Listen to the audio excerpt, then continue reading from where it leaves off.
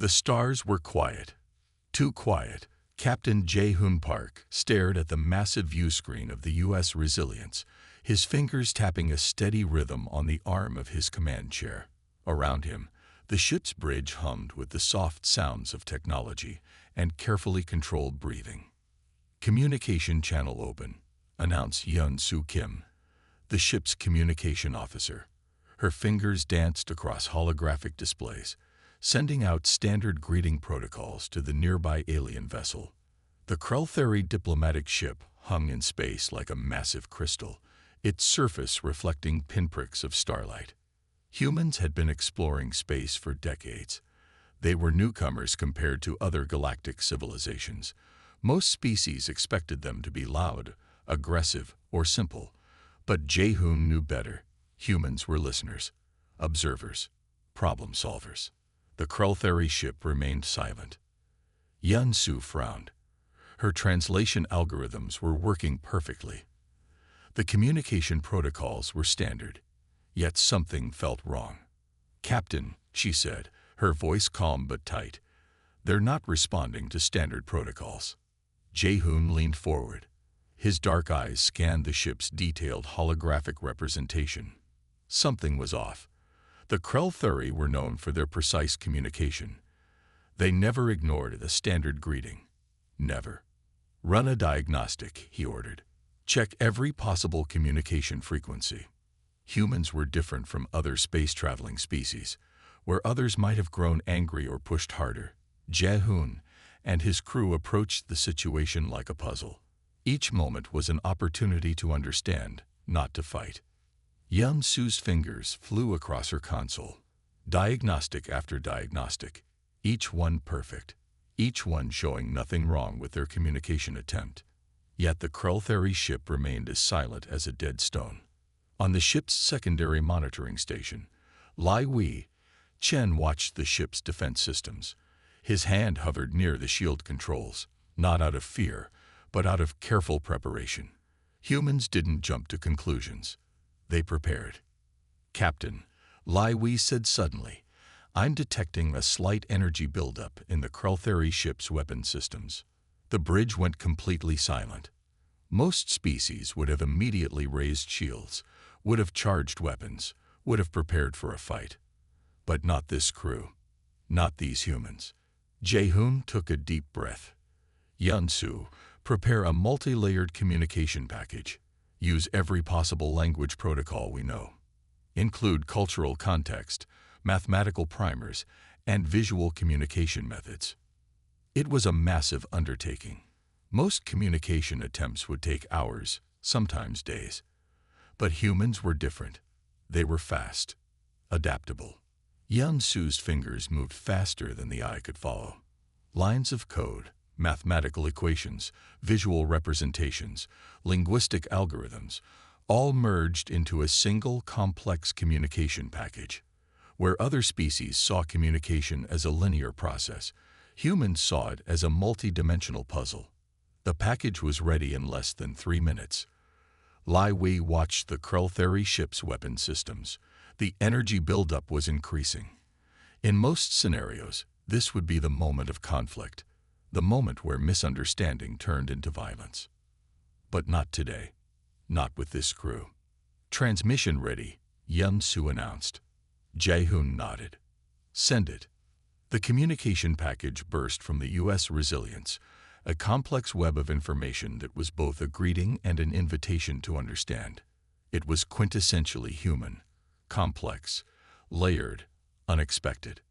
No one on the bridge moved. They watched. They waited.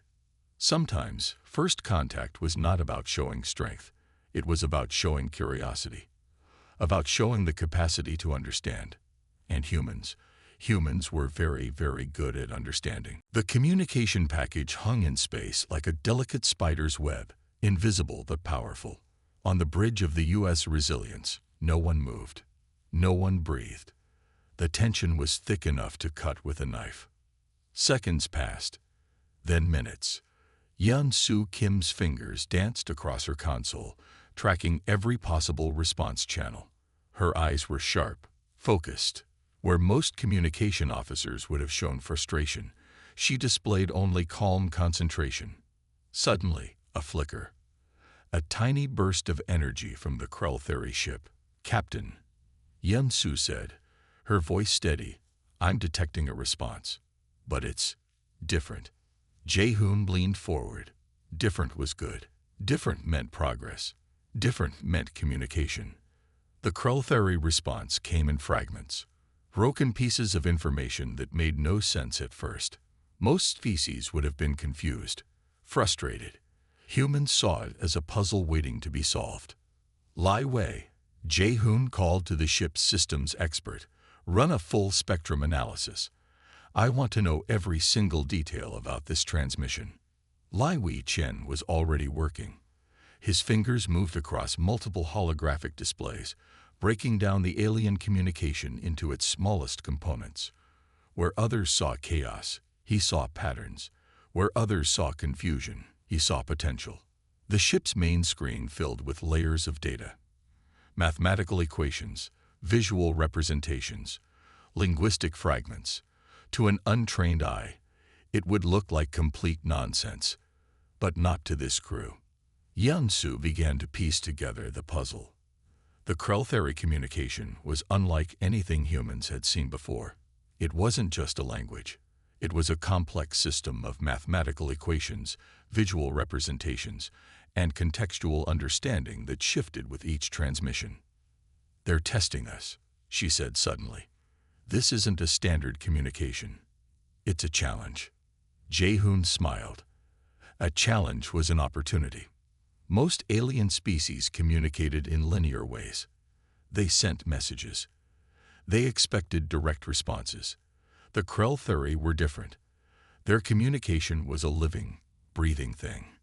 It changed. It adapted. It tested. Humans were excellent at tests. Yun-Su worked faster than most would think possible. She began to construct a response that was more than a simple message. It was a living communication system that could adapt, change, and respond in real time. Lines of code merged with mathematical equations. Visual representations danced with linguistic algorithms. Where other species saw communication as a straight line, humans saw it as a three-dimensional web. Lai Wei supported her work, bringing in additional data from the ship's systems. Every piece of information became a potential key to understanding. Nothing was wasted. Nothing was ignored. Hours passed like minutes. The communication continued. A complex dance of information that would have driven most species mad with frustration. But not humans. "Got it," Yun-Su said suddenly. Her voice was calm, but there was a spark of excitement in her eyes. "I've cracked their communication matrix." Jae-hoon raised an eyebrow. "Cracked or understood?" "Both," she replied. The Krell ship had been testing them, watching them, seeing how they would respond to a communication method that was deliberately complex and challenging. Most species would have given up. Humans saw it as the most interesting challenge in the universe. On the bridge of the U.S. Resilience, something remarkable was happening. Humans were not just communicating with an alien species. They were rewriting the rules of communication itself. And they were just getting started. Dr. Min-ji Park stood in her laboratory, surrounded by technology that would make most scientists weep with joy. Her fingers moved carefully over a complex piece of alien communication equipment. The Krell device looked like a crystal sculpture, all sharp angles and impossible geometries. Most scientists would have studied the device carefully, slowly, cautiously. Min-ji was not most scientists. The Galactic Confederation Research Center was buzzing with activity. Researchers from a dozen different species watched through reinforced glass as Min-ji worked. They had seen brilliant minds before, but they had never seen anything like this. The Krell communication device had been a mystery for centuries. Other species had tried to understand it. Some had spent entire lifetimes studying just a single component. The device was complex beyond imagination. Its technology was so advanced that most species considered it almost magical. Min-ji saw it as a puzzle, nothing more. nothing less. Her hands moved quickly. She didn't just look at the device. She listened to it, felt it, understood its rhythm. Where others saw a complex piece of technology, she saw a system waiting to be solved. Less than 3 hours after receiving the device, Min-ji began to modify it. The researchers watching her stopped breathing. Modification was not the right word. She was rebuilding the device, improving it, making it work better than it had ever worked before. The Krell communication technology was considered the most advanced in the known galaxy, and here was a human, making it better. Impossible, muttered an old Zornak researcher. His multiple eyes watched in disbelief.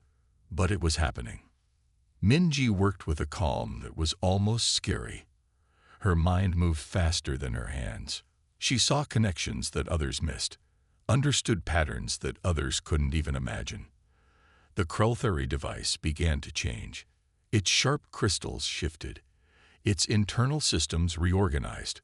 What had once been a complex piece of alien technology was becoming something new, something different, something better. Across the research center, alarms began to sound. Computers tracked the changes. Sensors measured the impossible transformations happening in real time. The Galactic Confederation was about to learn something important about humans. Humans were not just another species. They were something else entirely. By the time Min-ji finished, the Krell communication device was 287% more efficient. It could process more information, communicate faster, understand more complex systems. The researchers stared in complete shock. 3 hours. That was all it took. 3 hours to improve technology that had remained unchanged for thousands of years. Dr. Elena Rodriguez, the head of the research center, walked into the laboratory. Her face was a mix of excitement and pure terror. She had seen many things in her long scientific career, but she had never seen anything like this.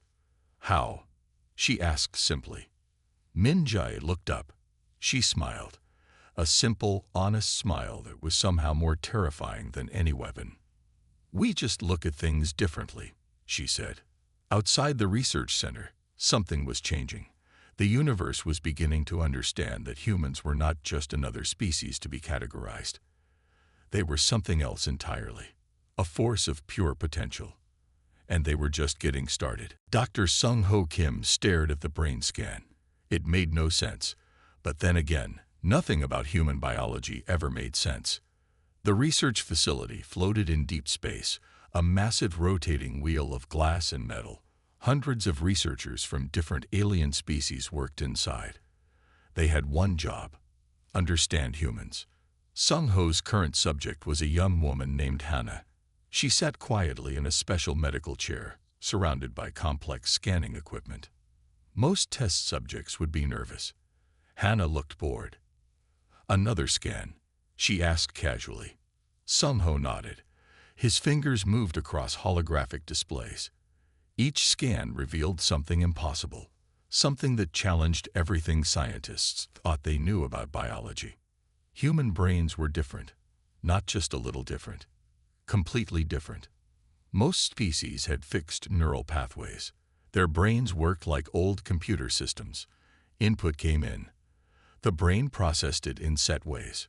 Responses were predictable, controlled. Human brains were nothing like that. Hannah's brain could rebuild itself faster than any known species. When she learned something new, her brain didn't just store information. It reorganized, created new connections, deleted unnecessary pathways. It was like watching a living computer rebuild itself in real time. The alien researchers called it neuroplasticity, but that word was too simple, too small. It was magic. Sung-Ho watched as Hannah completed a complex problem-solving test. Each time she solved a puzzle, her brain changed. New connections formed. Old connections disappeared. Her brain was learning faster than the computers tracking her could process. "Fascinating," whispered a Xor-Lion researcher next to him.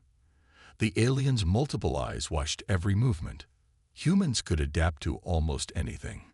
Extreme cold, extreme heat, complex environments. Difficult challenges. Where other species needed generations to change, humans could adapt in months, sometimes even weeks. The scan showed something else, something that scared the researchers more than anything else. Hannah's brain was preparing for future challenges before they happened. It wasn't just adapting to what was happening now. It was predicting, planning, getting ready for what might come next.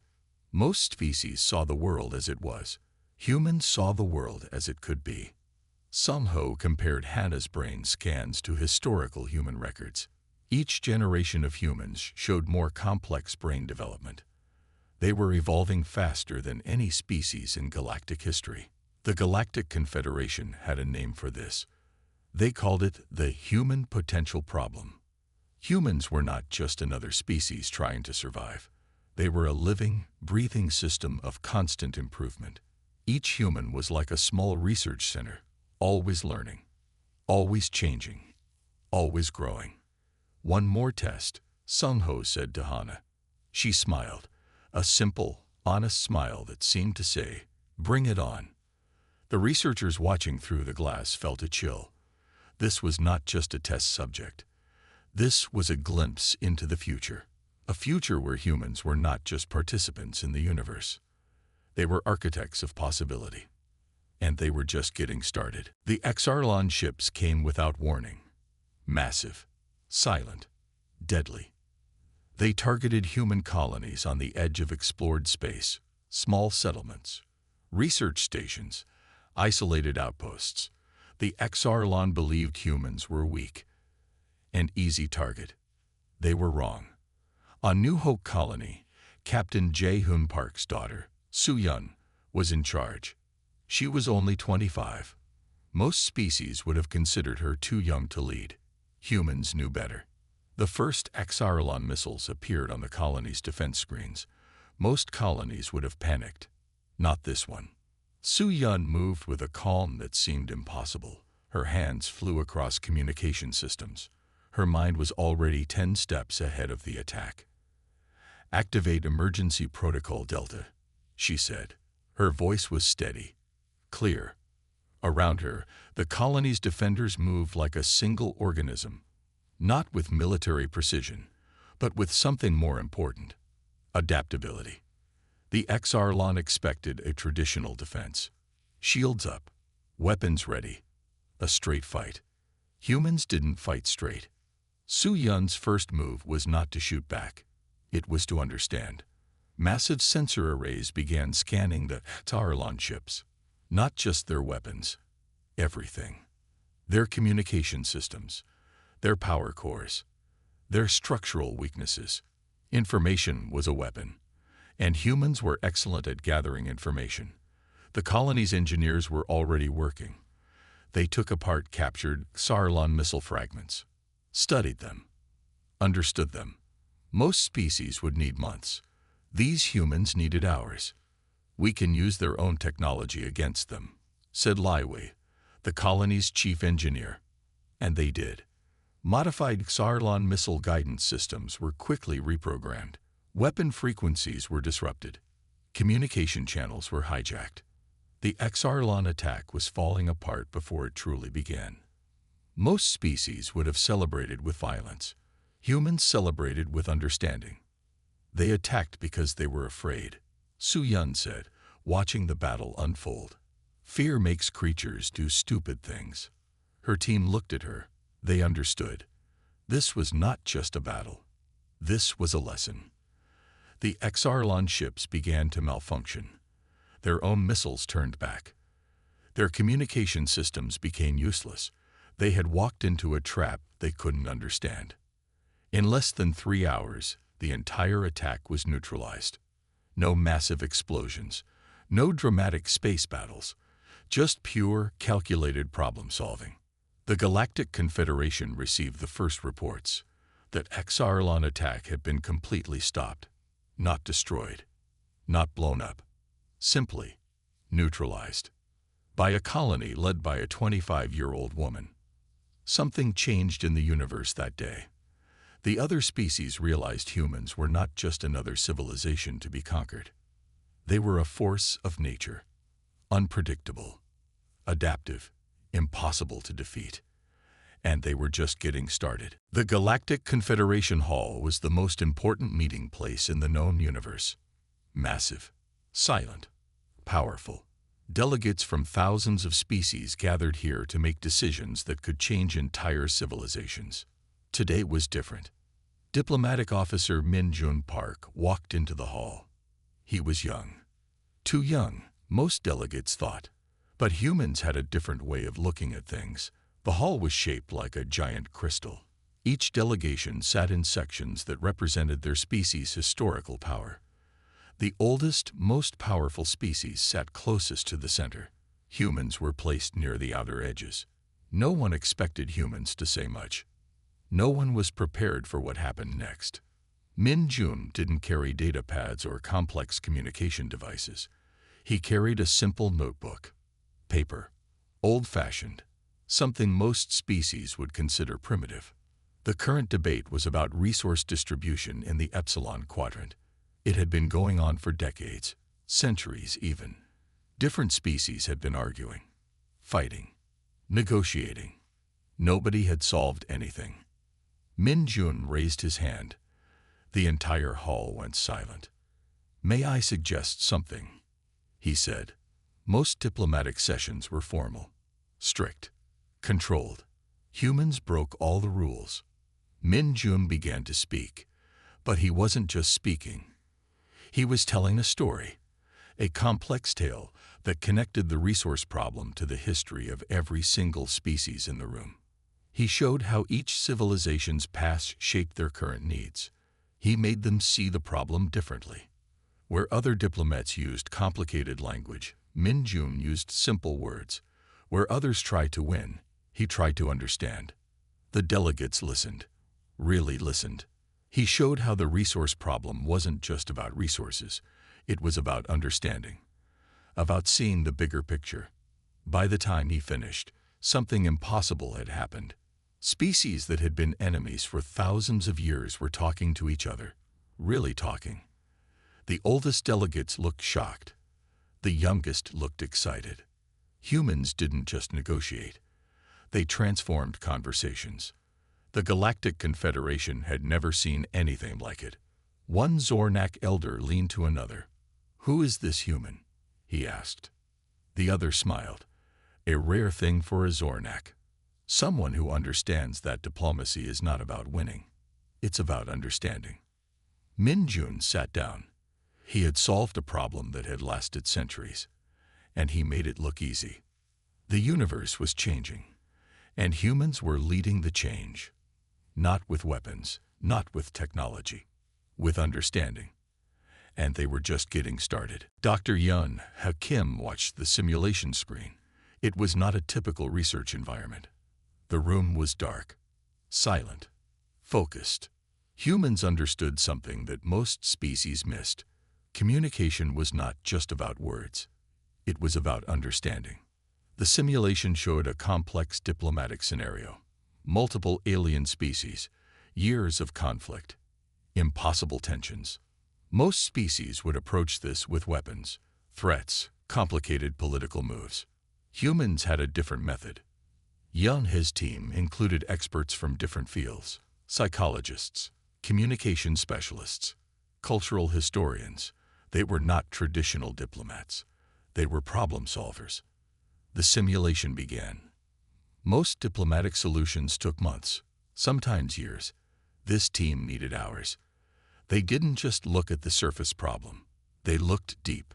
They understood the emotional history of each species, their fears, their hopes, their hidden stories. Where others saw enemies, they saw stories waiting to be understood. The first step was always listening, not just to words, but to what was not being said.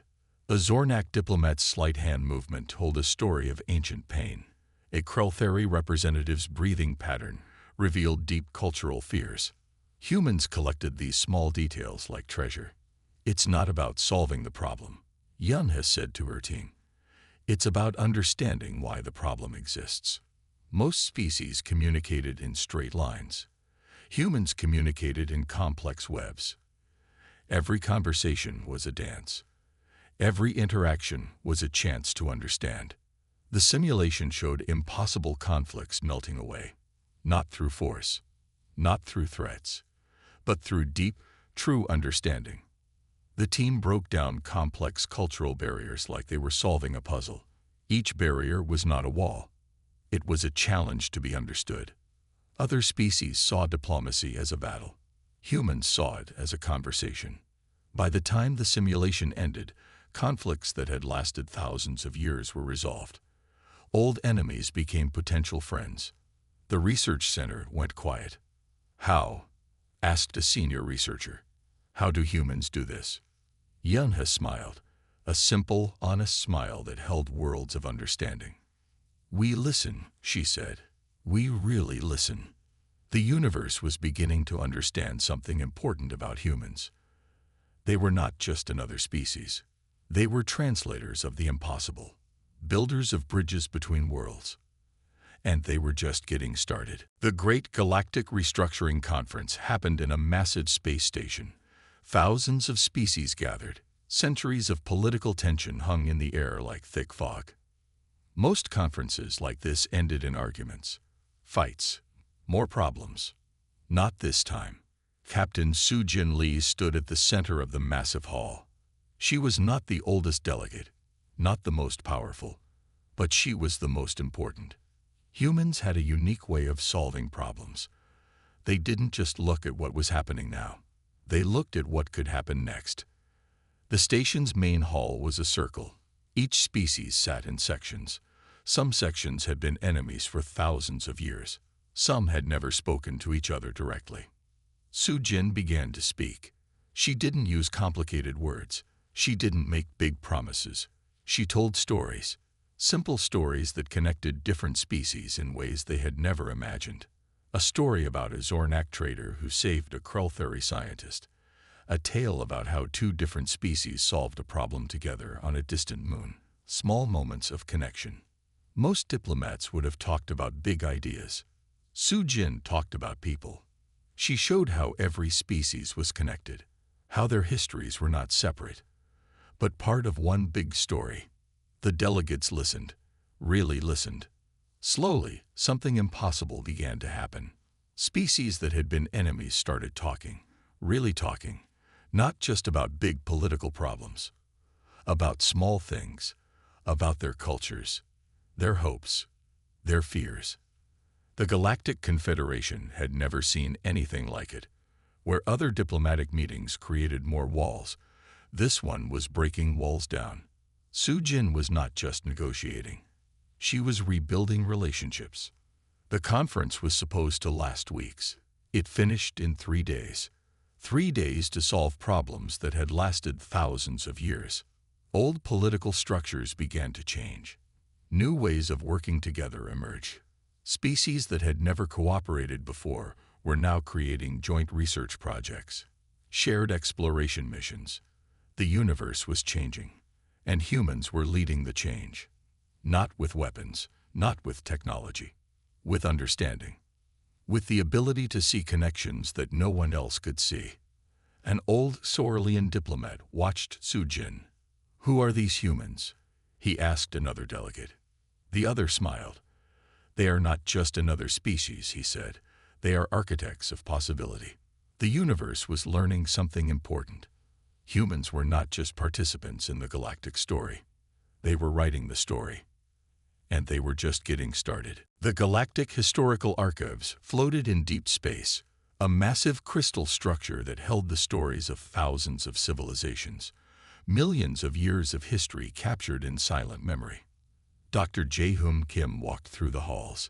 He was old now, but his eyes still burned with the same curiosity that had defined his entire species. Humans were different. Everyone knew that now. The archive walls showed the evolution of species. Most civilizations followed straight lines. They grew. They changed slowly. They died. Humans were a different story. Jae-Hoon stopped at a display showing human history. It was not a simple timeline. It was a complex web. Connections everywhere. Constant movement. Constant change. Where other species saw challenges as problems, humans saw opportunities. The universe had learned something important. Humans were not just another species trying to survive. They were a living system of constant improvement. Each human was like a small research center, always learning, always changing, always growing. Jaehoon remembered the stories his grandparents told about the early days of space exploration, when humans were seen as newcomers, as something simple, something to be ignored. Now, everything was different. Humans had not conquered the universe with weapons. They had transformed it with understanding. The archive showed how humans changed everything they touched, not by force, but by seeing possibilities that no one else could see. They built bridges between species that had been enemies for thousands of years. They solved problems that seemed impossible. They saw connections that others missed. A young researcher approached Jaehoon. "Tell me about humans," she said. Jaehoon smiled, a smile that held entire universes. "We are not special because we are strong," he said. "We are special because we are curious, because we never stop learning, because we see the universe not as it is, but as it could be." The archive walls seemed to listen.